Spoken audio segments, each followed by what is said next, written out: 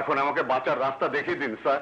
এত সব ঝামেলা নিয়ে বাঁচার রাস্তা একটাই আছে। বলুন কি সে রাস্তা?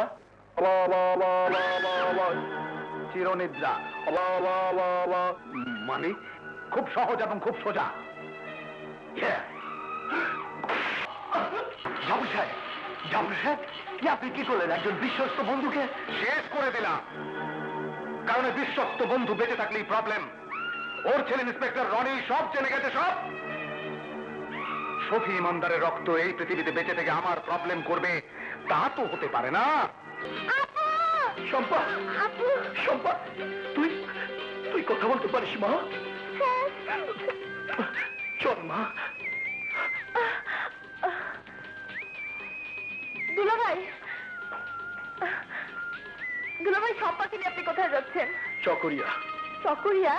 হ্যাঁ, শম্পাকে আমি লিলির কাছে নিয়ে যাব। লিলি?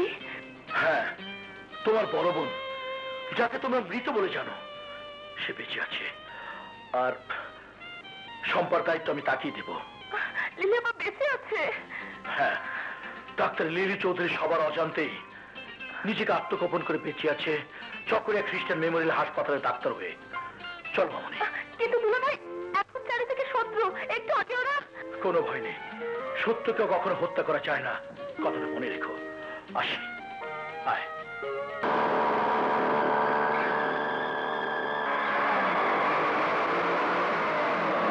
রনি, রনি, লিলি আপা বেঁচে আছে। লিলি আপা? হ্যাঁ, তুমি চলে যাওয়ার পর একদল কালো পোশাকধারী আমাকে আর শম্পাকে আক্রমণ করে। ওদের সাথে লড়াই করে আমি জ্ঞান হারাই। জ্ঞান ফিরতেই দেখি দুলাভাইকে। দুলাভাই? হ্যাঁ। কি কথা বলছো? সত্যি বলছি রনি, দুলাভাই শম্পাকে লিলি আপার কাছে নিয়ে গেছে। কোথায় লিলি আপা?